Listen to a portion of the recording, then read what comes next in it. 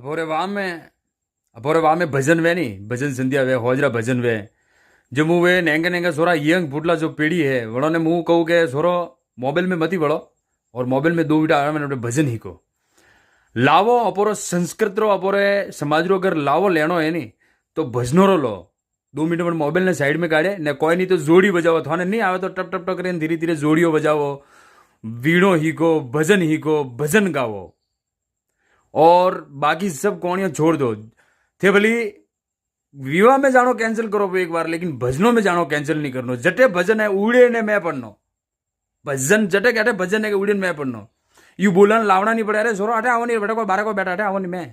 वो शब्द नहीं आवड़ो चाहिए आवे ने मैं पढ़नो डायरेक्ट भजन नहीं वे तो नाचनो जड़े भजन गावेरिया डोकरा बैठा है भजन गावेरिया क्योंकि वास संस्कृति अपनी भी रही अपने पास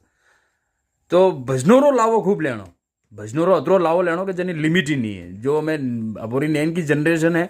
बड़ों को मोबाइल में ज़्यादा इंटरेस्ट है हैंग बेपान अपना अपना मोबाइल में काढ़ी भजे मोबाइल में कोई दूसरी चीज वे सब छोड़ देना भजनों रो लावो मैंने पण ठोर लेबो करनो नाचनो